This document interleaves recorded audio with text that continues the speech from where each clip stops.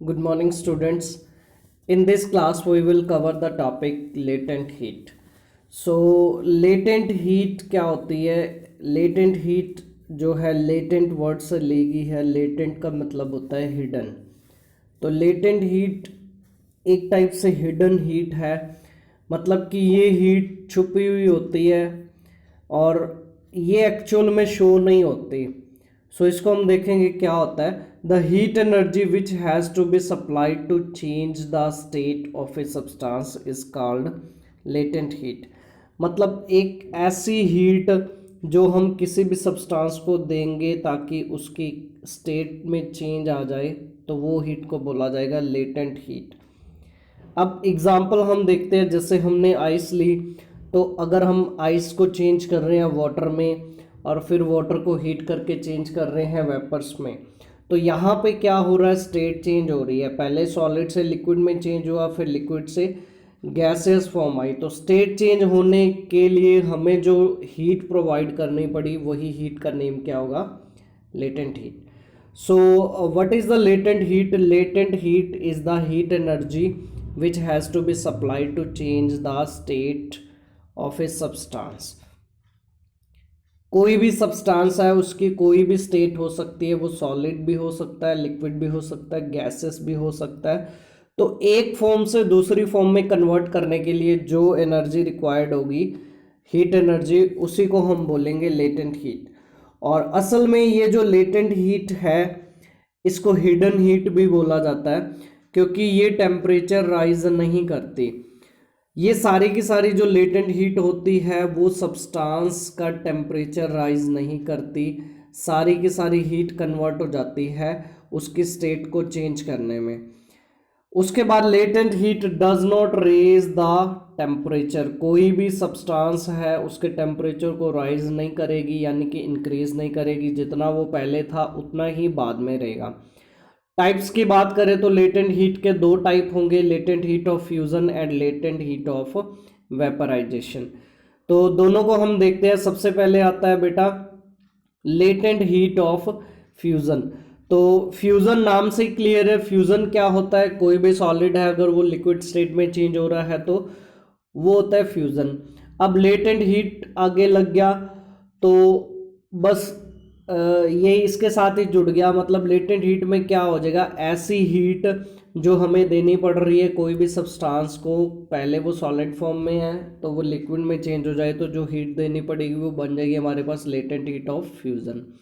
Same ऐसे ही latent heat of vaporization क्या होगा, कोई सब्सटेंस हमारे पास पहले लिक्विड है, तो लिक्विड से वेपर बनाने के लिए जो हीट देनी पड़ेगी वो होगी लेटेंट हीट ऑफ वेपराइजेशन. तो देखो, the heat required to convert a solid into liquid state.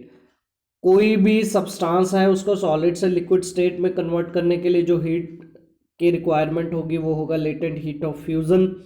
और the heat required to convert a liquid into vapour state is called the latent heat of vaporization.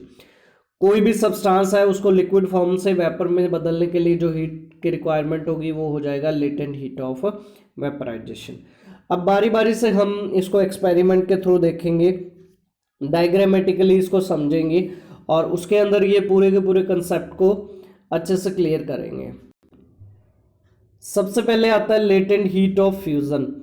तो latent heat of fusion में सबसे पहले क्या होगा, कोई भी solid है वो लिक्विड के अंदर चेंज होगा. तो यहाँ पे आप देखो हमारे पास एक बीकर है. इस बीकर के अंदर हमने क्या लिया है, आइस ली है. आप देख सकते हो छोटे छोटे आइस के क्यूब्स हैं, ये जो आपको दिख रहे हैं सर्कल फॉर्म में. उसके बाद इसके अंदर क्या फिट किया गया है, एक थर्मामीटर फिट किया है जिससे कि हम टेम्परेचर की रीडिंग ले सकें. और नीचे एक ट्राइपॉड स्टैंड है, उसके नीचे बर्नर है और यहाँ पे वायर गॉज है जिसके ऊपर ये बीकर को प्लेस किया गया. और ये सारा एक्सपेरिमेंट जो है वो एक आयरन स्टैंड के ऊपर किया गया है.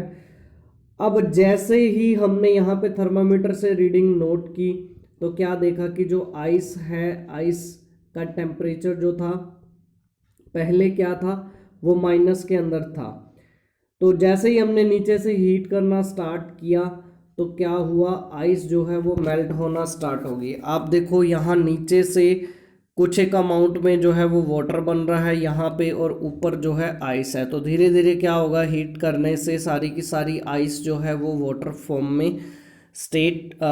फॉर्म में चेंज होना स्टार्ट होगी। बट क्या होगा, जैसे जैसे सारी की सारी आइस चेंज होती जाएगी वाटर में, यहाँ पे टेम्परेचर में हमें कोई भी राइज देखने को नहीं मिलेगा। जो टेम्परेचर है वो 0 डिग्री पे कांस्टेंट रहेगा, चाहे हम नीचे से इसको जितनी भी हीट देते जाएं। जब तक सारा का सारा आइस जो है वो लिक्विड के अंदर चेंज नहीं हो जाती, तब तक जो टेम्परेचर है वो यहाँ पे कांस्टेंट रहेगा, टेम्परेचर 0 डिग्री ही रहेगा। अब एक क्वेश्चन आता है कि नीचे से अगर हम लगातार इसको हीट दे रहे हैं फिर भी यहाँ पे टेम्परेचर राइज नहीं हो रहा, मतलब टेम्परेचर जो है वो फिक्स रह रहा है 0 डिग्री पे, तो फिर जो हीट हमने नीचे से दी वो हीट कहाँ पे गई? इसी हीट को हम बोलते हैं लेटेंट हीट। लेटेंट हीट मतलब ये हिडन हीट है।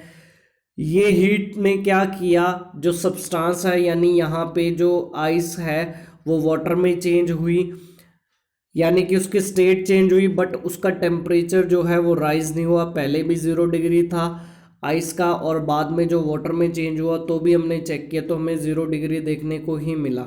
यानी टेम्परेचर रेज नहीं हुआ, बट क्या हुआ, स्टेट चेंज हुई।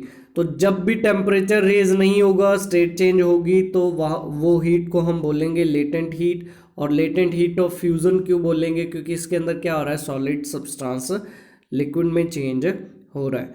सेम ऐसे ही किसके अंदर होगा, लेटेंट हीट ऑफ वेपराइजेशन के अंदर। अब लेटेंट हीट ऑफ वेपराइजेशन में क्या है कि कोई लिक्विड है वो गैसेस फॉर्म में चेंज हो जाएगा। तो इसके लिए बिल्कुल सेम उसी टाइप का कुछ सेटअप है।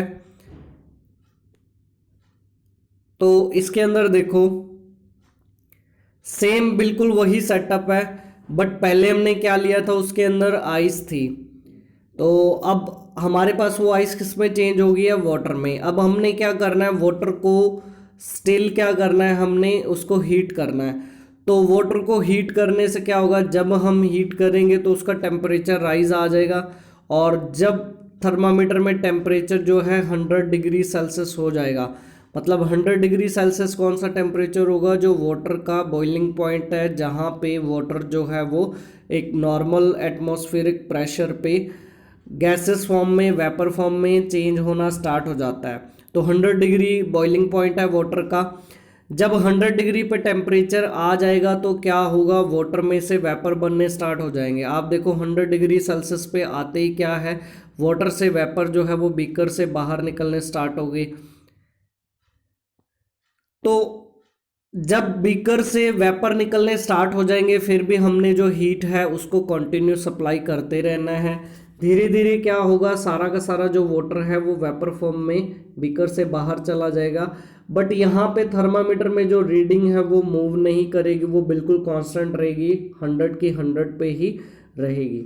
तो यहाँ पे भी क्या हुआ, जो हीट नीचे से हम हीट इसको दे रहे हैं वो सारी की सारी हीट कहाँ पे यूज़ हो रही है, वो हीट यूज़ हो रही है इसकी स्टेट को चेंज करने में। यानी पहले ये हमारे पास लिक्विड फॉर्म में था, तो लिक्विड से गैस फॉर्म में स्टेट चेंज करने में वो सारी की सारी हीट यूज़ हो रही है। ये हीट जो है वो टेम्परेचर को राइज नहीं कर रही, यानी पहले भी हमारे पास टेम्परेचर 100 डिग्री सेल्सियस था, बाद में भी जब ये सारे का सारा वाटर वेपर में चेंज हो जाएगा तो भी हमारे पास टेम्परेचर जो है वो 100 डिग्री सेल्सियस ही रहेगा। तो इसको हम बोलते हैं latent heat of vaporisation.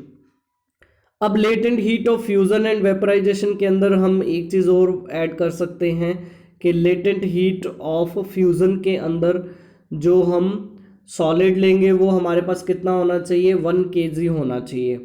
Same इसी तरह से लेटेंट हीट ऑफ वेपराइजेशन के अंदर जो हम लिक्विड लेंगे उसकी अमाउंट भी कितनी होनी चाहिए, 1 kg होनी चाहिए। ठीक है, तो एक बार फिर से आपको डेफिनेशन बताता हूँ। लेटेंट हीट ऑफ फ्यूजन क्या होगा, the heat required to change the 1 kg of solid into liquid state at its melting point मतलब कि सॉलिड जैसे आइस है उसका मेल्टिंग पॉइंट क्या होगा 0 डिग्री सेल्सियस। तो 0 डिग्री सेल्सियस पे उसको सॉलिड से लिक्विड चेंज में करने के लिए जो हीट चाहिए वो होगी लेटेंट हीट ऑफ फ्यूजन। उसके बाद सेम क्या होगा, लेटेंट हीट ऑफ वेपोराइजेशन में भी क्या हो जाएगा, जो लिक्विड है वो भी कितना हो जाएगा 1 kg। तो इसकी डेफिनेशन क्या बन जाएगी, the heat energy required to change the 1 kg liquid to gaseous form at its boiling point. तो यहाँ पे जो वाटर है हमने वाटर का बॉइलिंग पॉइंट लिया है, तो बॉइलिंग पॉइंट वाटर का कितना हो जाएगा 100 डिग्री सेल्सियस। तो वाटर के केस में 100 डिग्री सेल्सियस पर ऐसी हीट जो हम देंगे ताकि वो लिक्विड से गैस फॉर्म में चेंज हो जाए, वो बनेगा हमारे पास लेटेंट हीट ऑफ वेपराइजेशन। तो लेटेंट हीट का कंसेप्ट जो है यहाँ पे पूरा हो गया। So thank you.